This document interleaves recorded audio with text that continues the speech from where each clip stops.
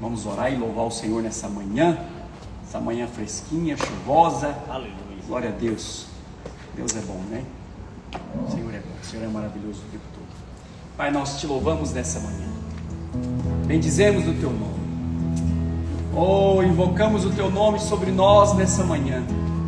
Venha a tua presença, venha a tua vida, venha a tua unção, venha a tua graça sobre nós. Esse é o dia que o Senhor fez, nós nos alegramos e nos regozijamos nele. Vem sobre nós nessa manhã, enche as nossas vidas da tua graça, flua sobre nós a tua graça, a tua unção, Senhor, nas nossas vidas. Nós te pedimos em nome de Jesus. Vamos louvar o Senhor nessa manhã com todo o nosso coração.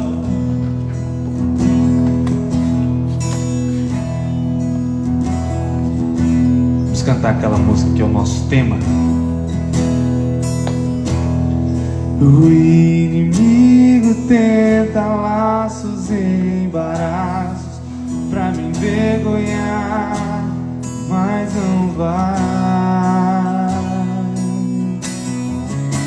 porque eu não estou sozinho nessa guerra. Está comigo o braço forte do Senhor, aquele que acalma o vento, aquele que aquieta o mar, que tira a força do fogo e faz o leão jejuar. O Deus que derruba as muralhas, da estéreo faz mãe de filhos, é o mesmo que tá dado alto, não temas, sou contigo. Deus já tem o caminho aberto pelas águas, faz romper muitas fontes em meio ao deserto. Haverá nuvens que trazem chuvas de bênção. Ouça a voz, Deus te dá escape e livramento.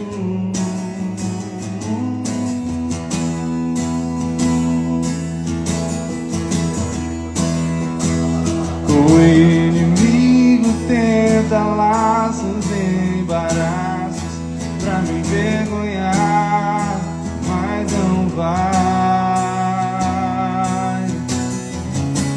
porque eu não estou sozinho nessa guerra. Está comigo o braço forte do Senhor, aquele que acalma o vento, aquele que aquieta o mar, que tira a força do fogo e faz o leão jejuar.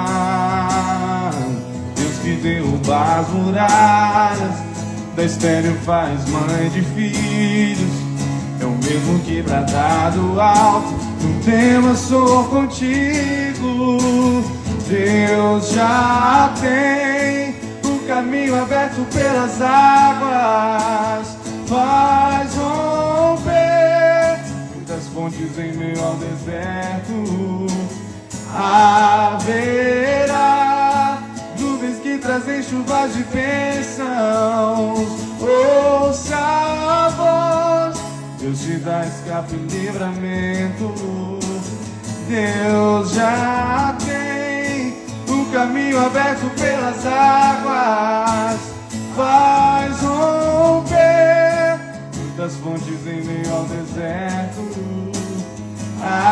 Haverá nuvens que trazem chuvas de bênçãos.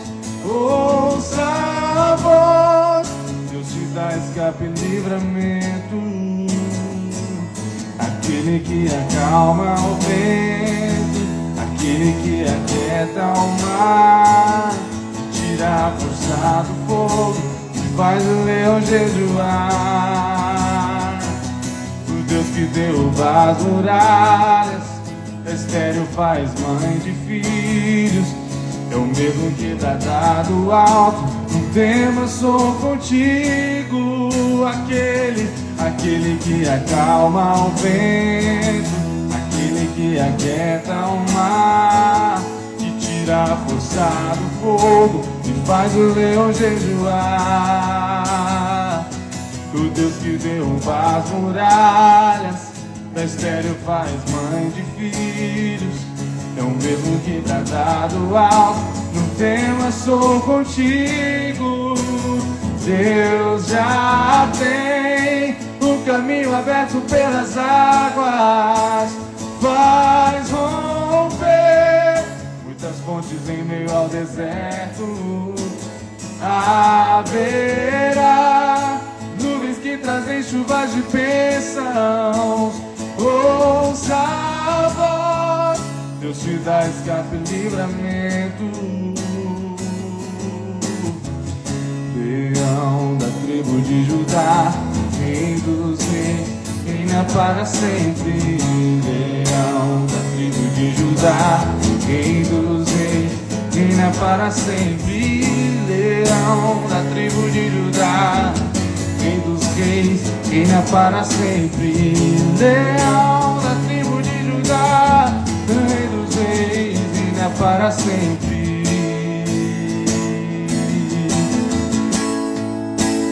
Deus já tem o caminho aberto pelas águas, faz romper muitas fontes em meio ao deserto.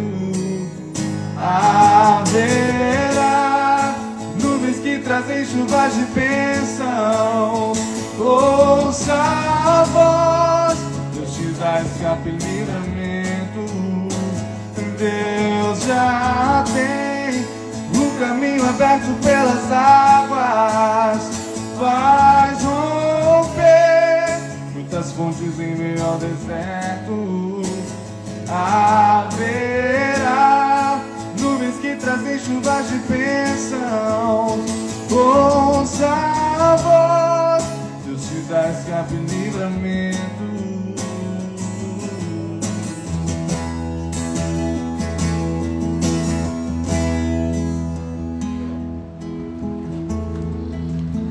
Pode se assentar, fazer a leitura do livro.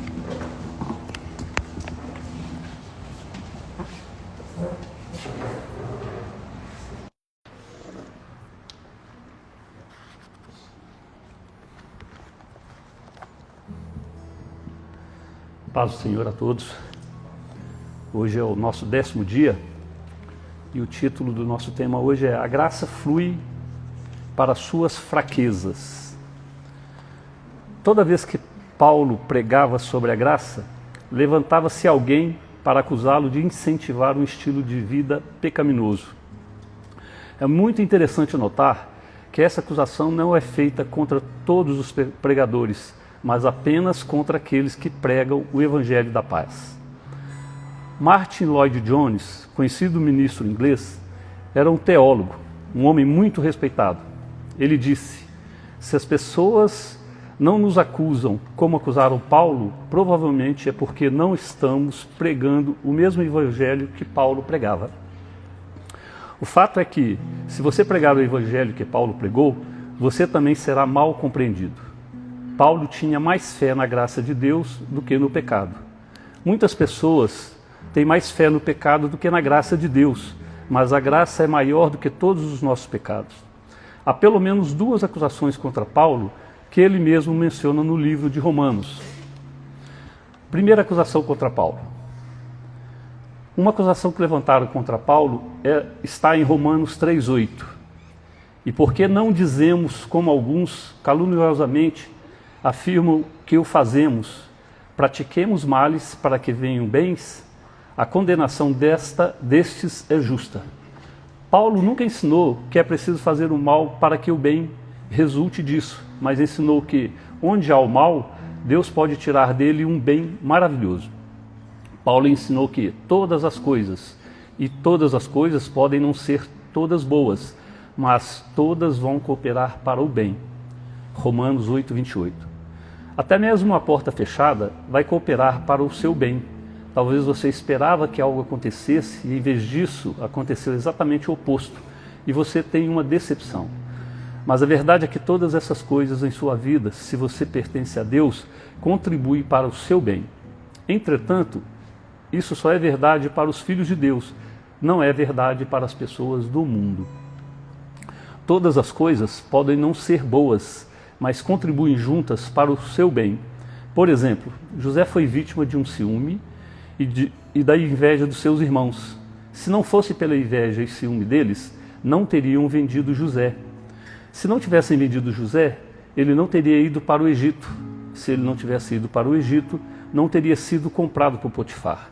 Se não tivesse sido comprado por Potifar, não teria ido para a prisão onde interpretou o sonho do copeiro de Faraó. Se José não estivesse lá para interpretar o sonho do copeiro de Faraó, ele não teria entrado no palácio, onde foi promovido e se tornou o salvador do mundo conhecido daquela época. Quem diria que tudo começaria com o ciúme? No entanto, de tudo que o diabo fez com José, Deus fez disso um trampolim para algo melhor. Então Paulo pregou vigorosamente dessa maneira, mas alguns disseram: Paulo está dizendo que devemos fazer o mal para que o bem possa vir. Paulo, porém, nunca disse isso. Segunda acusação contra Paulo. Depois de declarar que onde abundou o pecado, superabundou a graça de Deus, alguém acusou Paulo dizendo: então vamos pecar mais para termos mais graça. Romanos 6,1 diz: que diremos, pois? Permaneceremos no pecado para que seja a graça mais abundante? É como dizer: vamos adoecer para podermos desfrutar do prazer da recuperação. Vamos adoecer para sabermos o que significa ser curado. Qual foi a resposta de Paulo para essa pergunta? De modo nenhum. Como viveremos ainda no pecado nós os que para ele morremos? Romanos 6,2. A resposta de Paulo foi: impossível.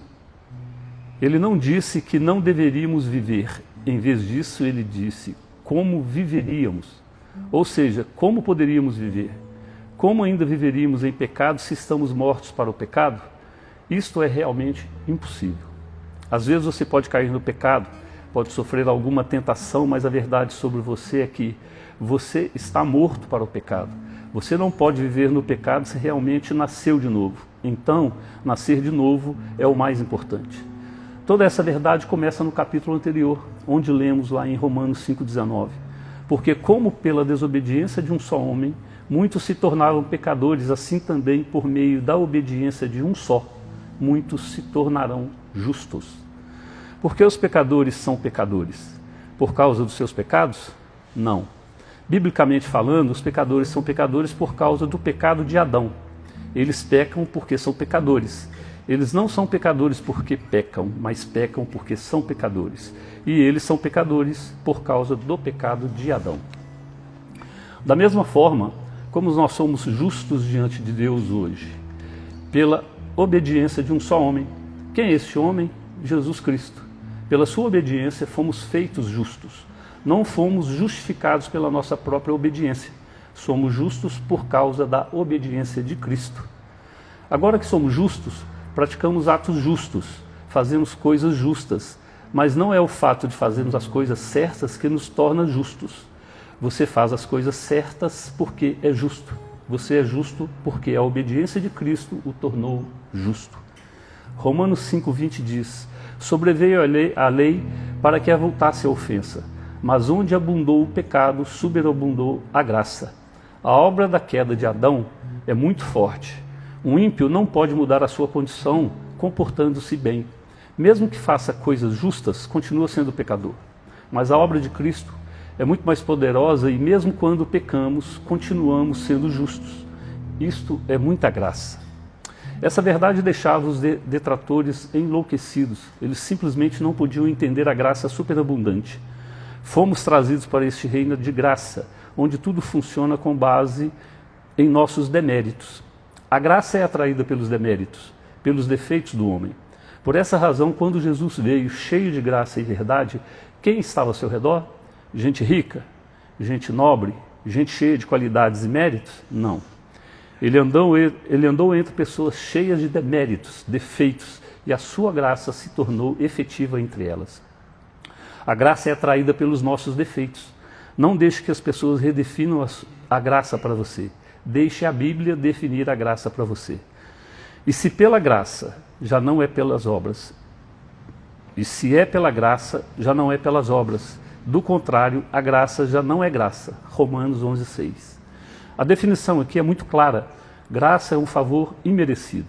Isso significa que, quando você pensa que está faltando, é aí que a graça de Deus pode fluir. Quando você pensa que não consegue, o poder de Deus se torna real em sua vida. Todavia, quando você está cheio de si, quando pensa que pode fazer algo sozinho, Deus não pode fazer nada. A graça flui na fraqueza. Se é verdade que a graça de Deus abunda nas áreas em que temos deficiência em nossa vida, devemos estar claros sobre nossas fraquezas. Todos nós, geralmente, queremos mostrar nossos pontos fortes, mas não queremos mostrar nossas fraquezas. No entanto, você sabe onde a graça de Deus é suficiente para nós? Em nossas fraquezas. 2 Coríntios 2,19 diz: Então ele me disse, a minha graça te basta, porque o poder se aperfeiçoa na fraqueza. O poder se mostra perfeito na fraqueza. O poder de Deus não se mostra completo através da sua própria força.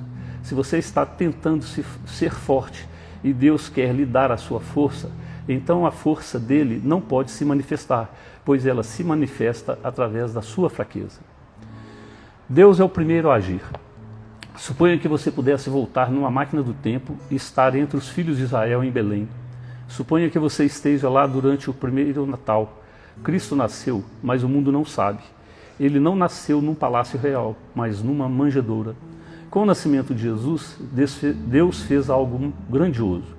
O mundo judaico estava esperando pela vinda do Messias, o tão esperado, a descendência prometida que esmagaria a cabeça da serpente. Todas as profecias falavam dele, portanto os israelitas aguardavam a vinda de Jesus Cristo. Finalmente ele nasceu. Você pensaria que haveria uma grande festa, fogos de artifício no céu, mas nada disso acontece.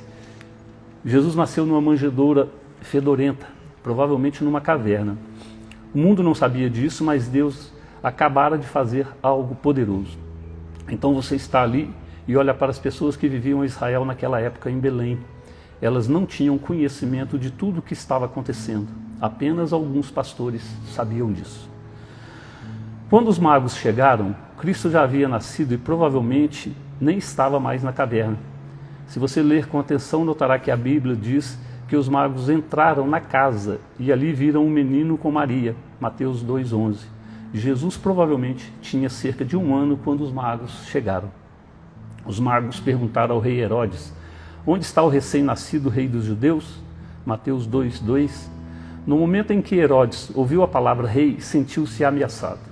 Então, convocando todos os principais sacerdotes e escribas do povo, indagava deles onde o Cristo deveria nascer. Em Belém da Judeia, responderam eles. Mateus 2,5. Herodes nem sabia onde o Messias nasceria, nem qual criança era o Messias. Então mandou matar todas as crianças menores de 2 anos que estavam em Belém.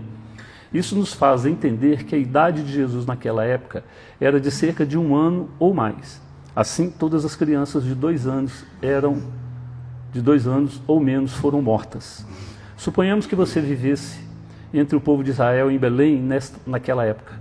Se você olhasse para esse massacre sem sentido de crianças inocentes ao seu redor, você pensaria que estava em um ótimo momento? Você pensaria que a promessa tão esperada já havia sido cumprida?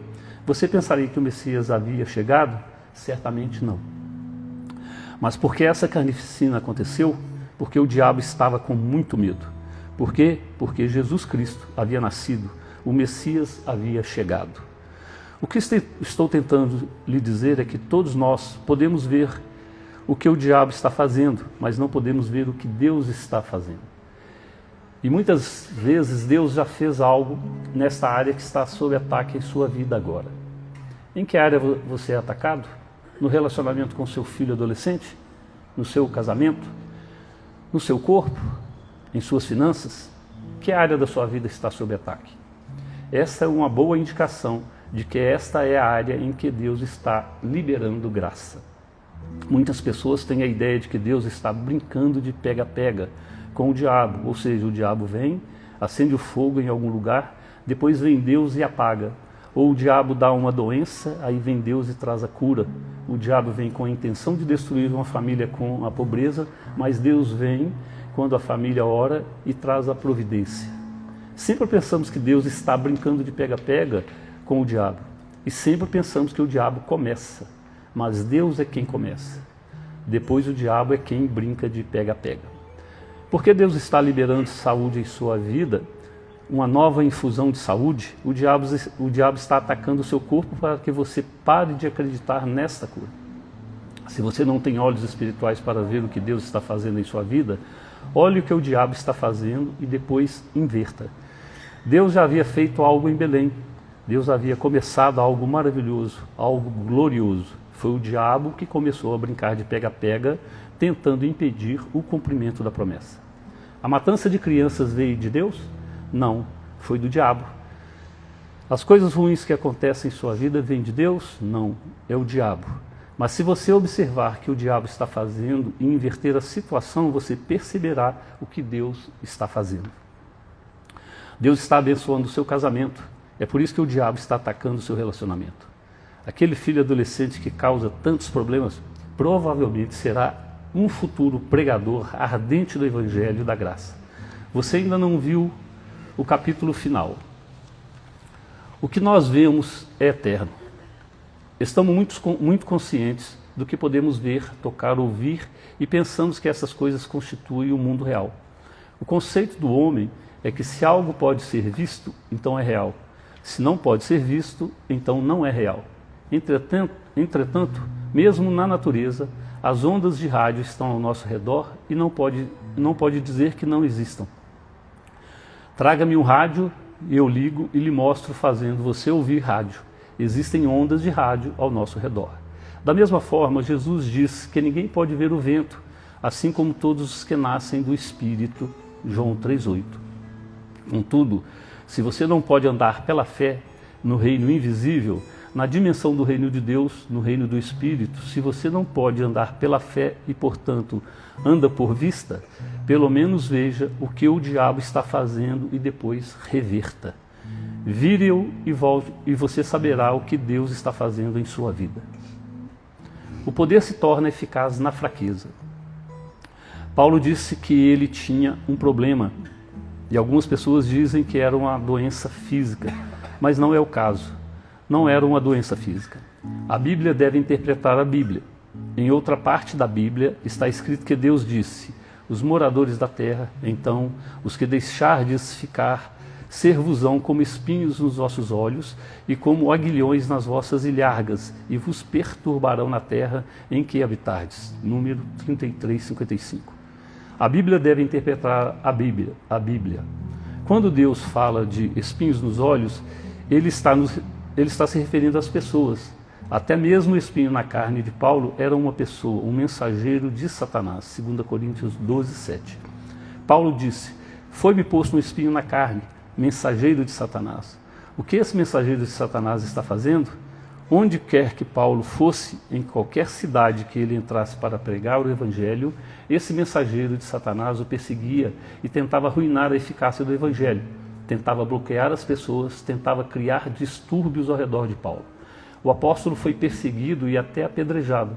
Tudo isso foi obra do espírito maligno que perseguia Paulo. Então Paulo se cansou de tudo isso e orou 3 vezes ao Senhor, pedindo-lhe que fizesse algo a respeito. A resposta de Deus foi: a minha graça te basta, porque o meu poder se aperfeiçoa na fraqueza. 2 Coríntios 12, 9. Deus estava dizendo: minha graça te basta. Isso significa que a sua graça está sempre presente, sua graça está sempre disponível e é suficiente para você. Porque o meu poder se aperfeiçoa na fraqueza. Porque pode ser aqui, em grego, poder aqui em grego é dinamis, termo do qual deriva a palavra dinamite, que indica o poder de fazer milagres. Deus está dizendo: a minha graça é suficiente para vocês sempre que estiver fraco, sempre que estiver sob ataque de alguma área. Esta é a área em que o meu poder pode operar milagres. Para operar milagres estará sobre você. Agora leia aqui o que Paulo acrescentou: de boa vontade, pois, mas me gloriarei nas fraquezas, para que sobre mim repouse o poder de Cristo. 2 Coríntios 12, 9. O que acontece quando você se vangloria nas suas fraquezas? O poder de Cristo repousa sobre você. O verbo repousar é o tempo grego usado para armar uma tenda. Em outras palavras, quando você se vangloria de suas fraquezas, o poder de Cristo arma uma tenda sobre você. O poder de Cristo acampa sobre você. Veja como isso acontece na prática. Por exemplo, você é uma pessoa muito tímida por natureza. E a questão é que não precisa esconder isso, não precisa se justificar, não precisa fingir. Basta dizer aos amigos: quer saber? A minha glória reside no fato de eu ser uma pessoa tímida, porque é precisamente aí que abunda o favor de Deus. Glorie-se nos seus defeitos. Muitas pessoas querem esconder todos os seus defeitos, seus deméritos, querem mostrar apenas o seu melhor lado e os seus méritos. Queremos expor apenas os nossos pontos fortes, não as nossas falhas.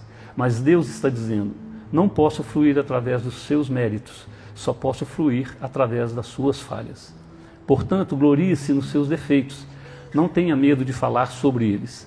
Você e eu somos justificados eternamente e não somos justificados com base em nossas obras, mas pela fé, com base no que Cristo fez por nós. É o sangue de Jesus que nos justifica.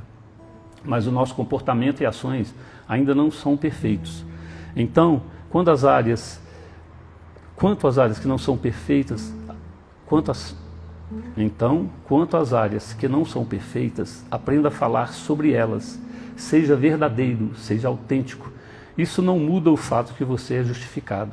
Você e eu estamos justificados para sempre e isso não pode ser mudado. A graça não flui automaticamente. Só porque você tem certa fraqueza não significa que a graça fluirá automaticamente. Paulo disse no verso 10: pelo que sinto prazer nas fraquezas, nas injúrias, nas necessidades, nas perseguições, nas angústias por amor de Cristo. Devemos nos gloriar, nos alegrar em nossas fraquezas. Certa vez que alguém o insultar, cada vez que alguém o insultar, diga: louvado seja Deus. Então, ainda mais favor vem. A Bíblia diz que quando você é insultado por causa de Cristo, o Espírito da glória repousa sobre você. Isto é o que Pedro disse em 1 Pedro 4,14. Pelo que sinto prazer nas fraquezas, nas injúrias, nas necessidades, nas perseguições, nas angústias por amor de Cristo. Porque quando sou fraco, então é que sou forte. Ele não está dizendo que quando sou forte, então sou forte. Não, mas quando estou fraco, então sou forte. Se você conversar com seus amigos, diga: tenho um problema, estou muito ansioso, tenho tendência a ficar estressado, mas acho que esta é a área em que a graça de Deus abunda em minha vida. Seja pequeno aos próprios olhos, mas porque sempre queremos mostrar às pessoas nossos pontos fortes e não nossos defeitos, porque pensamos que seremos rejeitados se lhe mostrarmos os nossos defeitos. Com Deus não funciona assim. Deus se sente atraído pelos nossos defeitos. O rei Saul foi o primeiro rei de Israel. Ele chegou a um ponto em que se tornou orgulhoso, arrogante, cheio de si e se rebelou contra uma ordem de Deus e mesmo assim ainda queria se promover. Quando o profeta Samuel lhe disse que Deus o havia rejeitado, ele respondeu, lá em 1 Samuel 15:30. Então disse Saul: pequei, honra-me porém agora diante dos anciãos do meu povo e diante de Israel, e volta comigo para que eu adore o Senhor teu Deus. Ele estava cheio de si. O que aconteceu com o rei Saul? Houve um tempo em que ele não era assim. Quando o profeta Samuel foi ao rei Saul e lhe disse que Deus havia tirado dele o reino porque ele se rebelou contra Deus, eis o que Samuel disse ao rei Saul. Então disse Samuel a Saul: espera, te declararei o que o Senhor me disse essa noite. Respondeu-lhe Saul: fala. Prosseguiu Samuel: porventura, sendo tu pequeno aos teus olhos, não foste por cabeça das tribos de Israel e não te ungiu o Senhor rei sobre ele? 1 Samuel 15, 16 e 17. Observe com atenção esta frase. Quando você se considerava pequeno, o que Samuel estava dizendo era isso. Saul, quando você pensava que era pequeno, aos seus próprios olhos, Deus o promoveu. Eu sei que o mundo ensina que é preciso ter autoestima, uma imagem saudável de si mesmo e até certo ponto eu entendo o que isto significa. Mas a questão é que a igreja não é um lugar para ensinar autoestima. A igreja é um lugar para ensinar estima por Cristo. Você deve saber quem é Jesus e quem você é nele. Uma coisa é dizer, posso todas as coisas em Cristo, sou abençoado em Cristo, com Cristo, por meio de Cristo.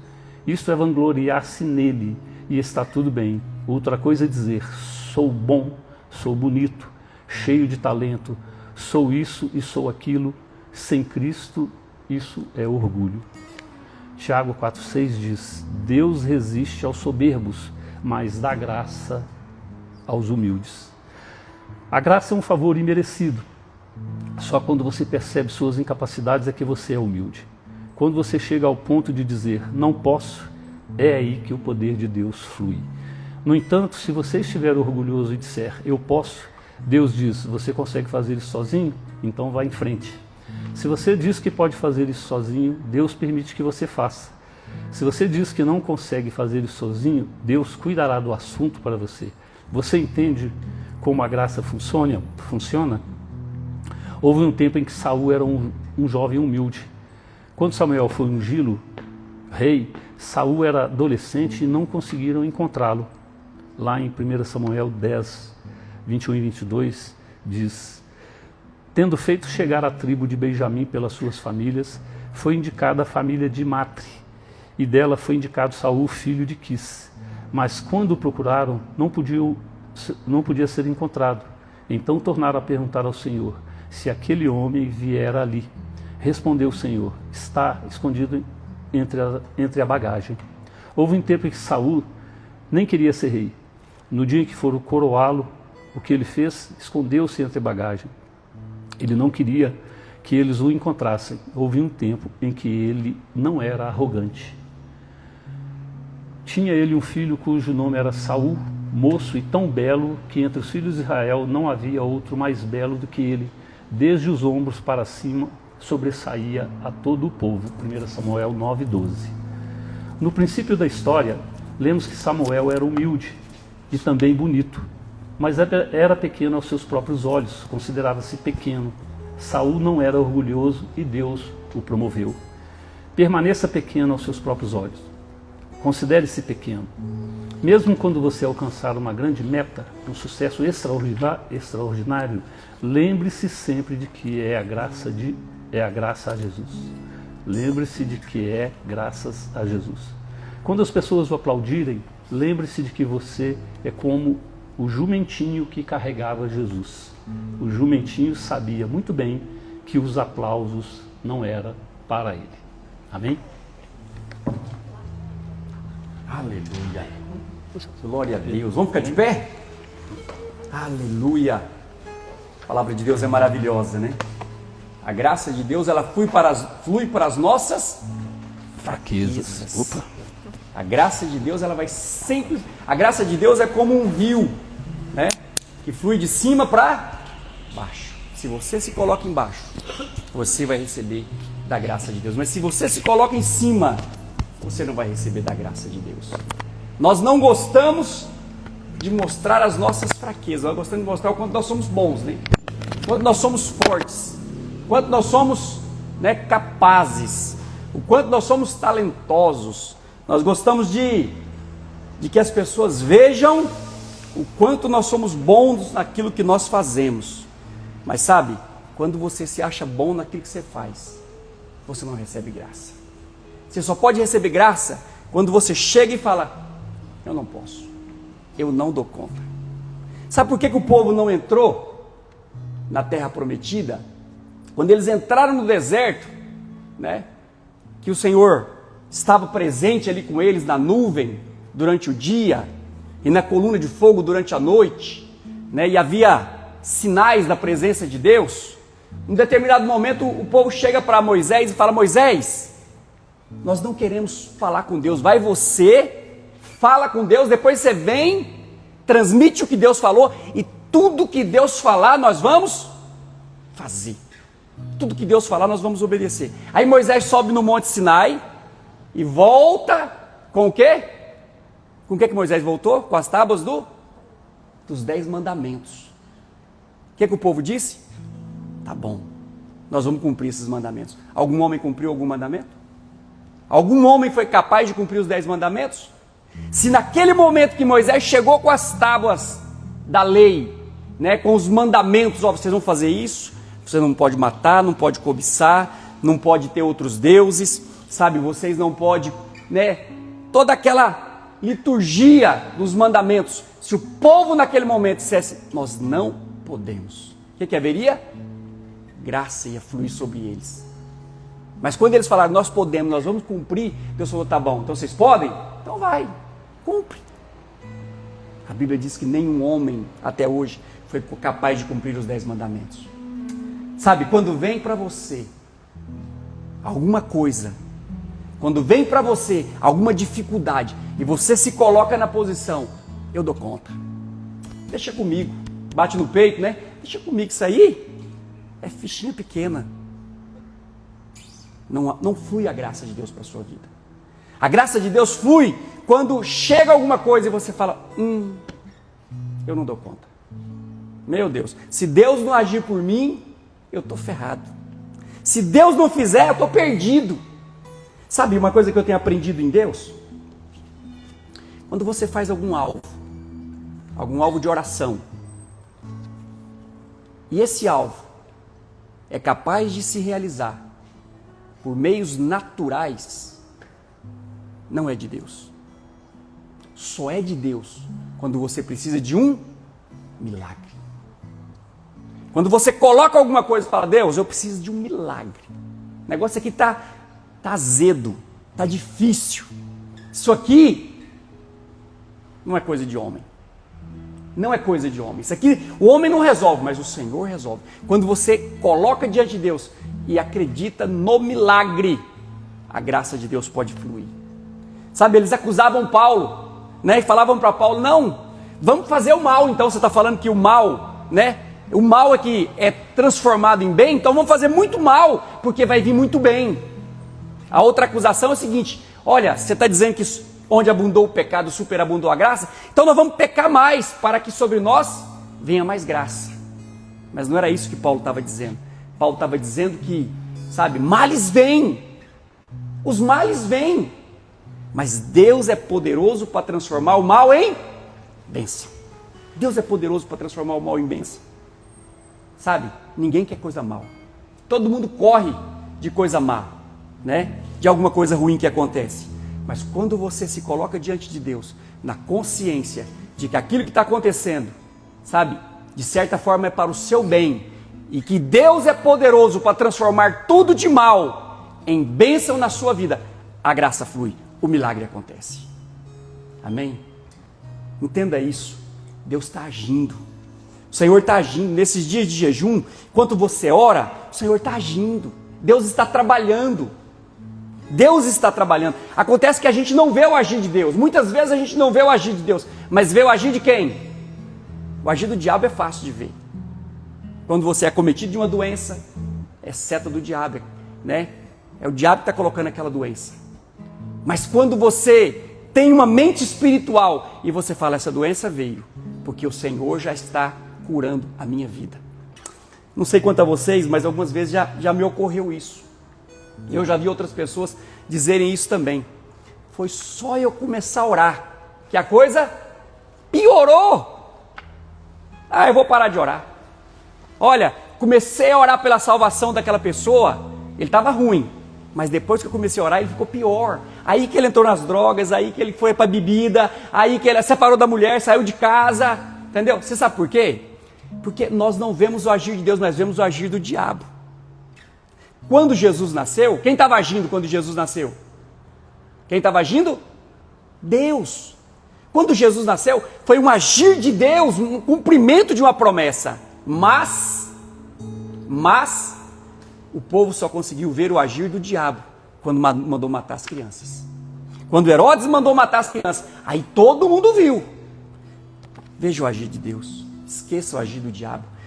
Vire as costas para o agir do diabo e foque no agir de Deus. Amém? Deus tem promessa para a sua vida. Deus tem milagres para a sua vida. Onde abundou o pecado, superabundou a graça de Deus. A graça flui para as nossas fraquezas. A graça flui para a sua e para a minha fraqueza. Porque a Bíblia diz que Deus dá graça aos humildes, mas resiste aos soberbos. Se coloque em humildade diante de Deus. Fala, Senhor, eu não posso, eu não dou conta, meus alvos estão aqui, eu não consigo. Que você vai ver Deus agindo em seu favor. Amém? Pega a sua ficha de oração por restituição. Sabe, esse dia nós estamos orando por restituição. Essa semana eu recebi uma ligação de uma de nossas lojas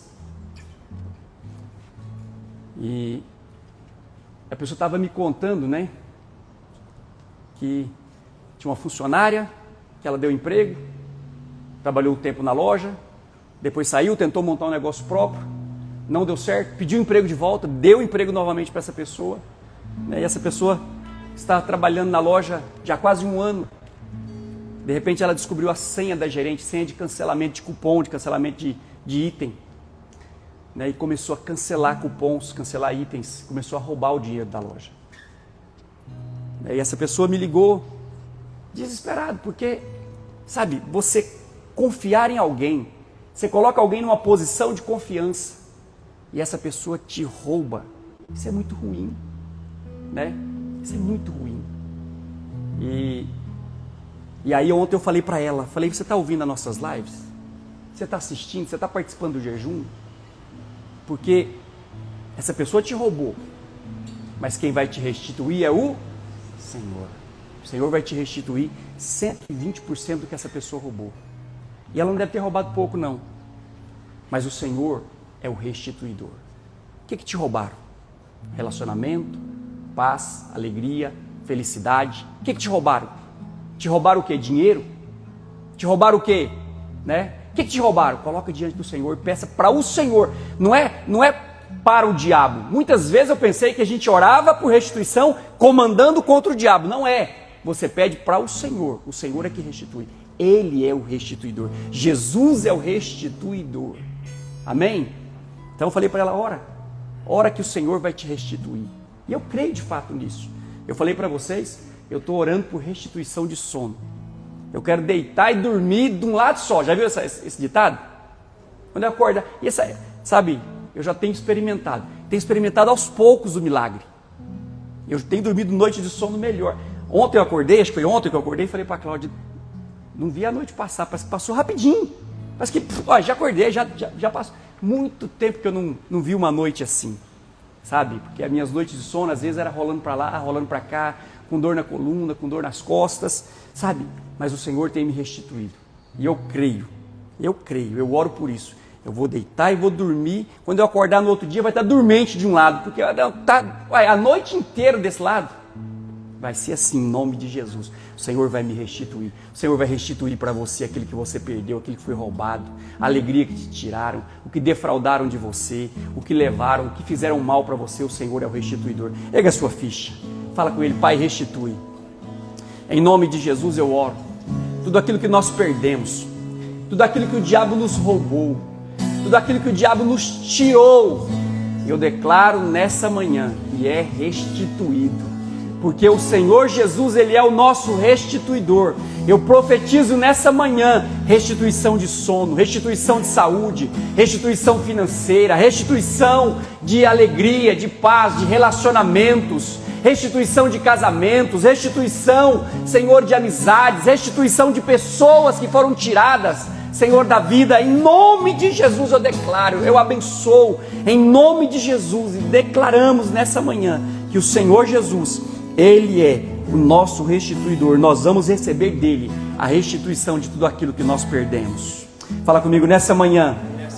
Eu creio que o Senhor Jesus é o restituidor e Ele vai restituir tudo aquilo que me foi tirado, que me foi roubado, que me foi defraudado.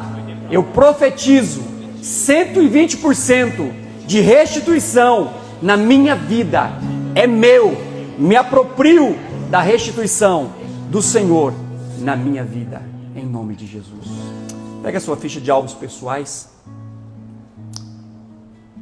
Você já escreveu nela? Escreve, anota. Tenha ousadia. Tenha ousadia. Eu tenho que falar isso para vocês. Sabe, Deus só pode fazer quando você não dá conta. Eu quero uma casa. Entendeu? Você não dá conta de comprar uma casa, não? Então pede uma casa. Pede um carro. Sabe? Pede um salário grande. Mas abençoa o patrão, né? Abençoa a empresa, para a empresa dar conta de pagar esse salário grande. Sabe? Deus é um Deus grande. Ele é honrado quando nós pedimos coisas grandes para Ele.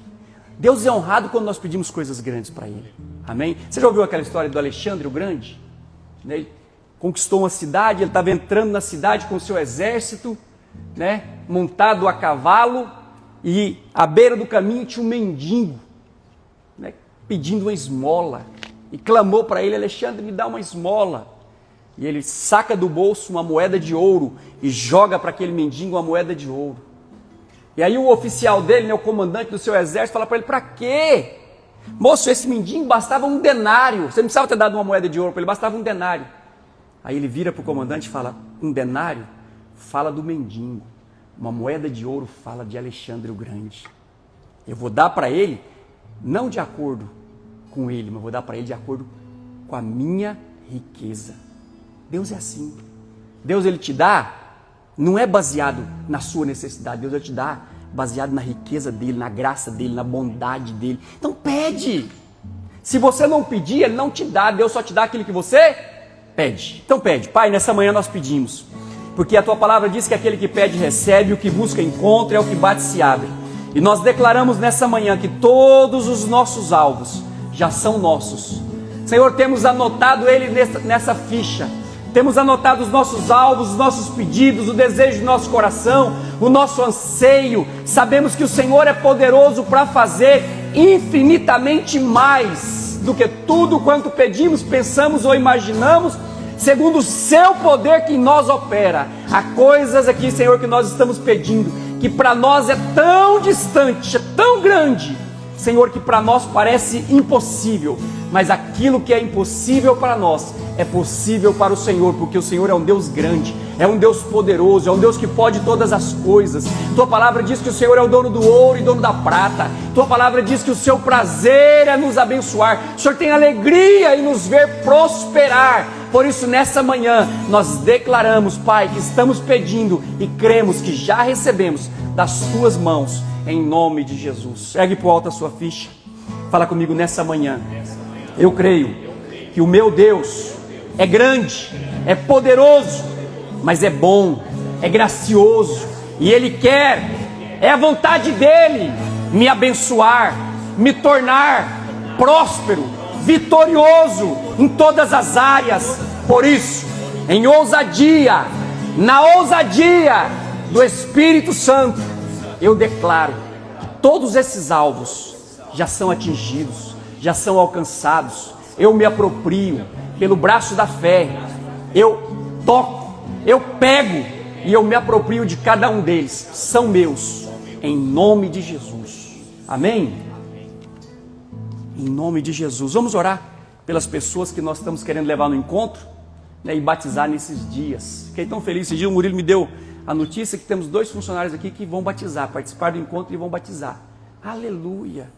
Melhor escolha da vida de uma pessoa, né? Escolher se batizar. Eu vi o pastor falar algo esses dias que eu achei tão bom, tão profundo. Uma moça chegou para ele e falou: pastor, né, acho que ela estava namorando, estava querendo namorar com um rapaz que não era crente. E aí ela falou, né, para ele, ele falou: filha. Aí ela argumentou com ele, né? Pastor, mas ele é bom, ele é tão bom, ele é melhor do que muitos crentes. Aí ele falando, não é verdade. Tem pessoas lá fora que são melhor do que crentes às vezes aqui dentro. Ele falando, né? Tem crente que é uma íngua, é um problema, né? Mas tem um negócio, tem o mesmo Deus seu, sabe? Depois que você casar com ele, quando vier o problema, vocês dois vão ajoelhar e vão orar junto e vão resolver o problema.